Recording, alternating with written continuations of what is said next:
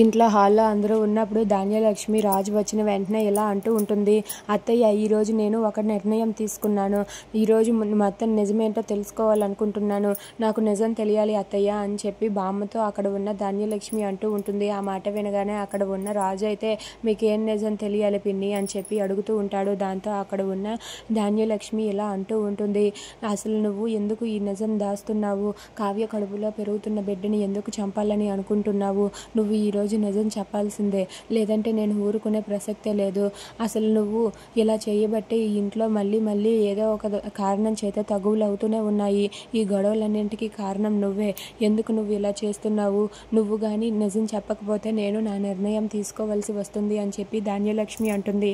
ఆ మాట వినగానే అక్కడ ఉన్న ప్రకాశం అయితే ఏం నిర్ణయం తీసుకున్నావే నువ్వు అని చెప్పి అడుగుతూ ఉంటాడు.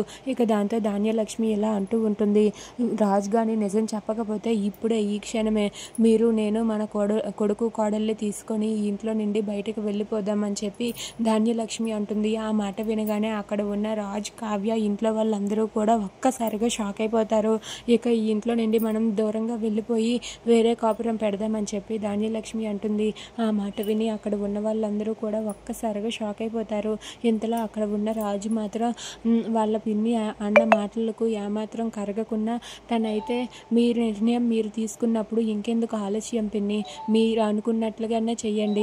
నేను మాత్రం నిజం చెప్పను, నిజం చెప్పే ప్రసక్తే లేదు అని చెప్పి రాజు అంటాడు. ఆ మాట వినగానే వెంటనే అక్కడికి సీతారామయ్య వచ్చి రాజు చెంప పగలగొడతాడు. అది చూసి కావ్య, ఇంట్లో వాళ్ళందరూ కూడా ఒక్కసారిగా షాక్ అయిపోతారు. ఇక రాజు చెంప పగలగొట్టి ఏం మాట్లాడుతున్నావురా?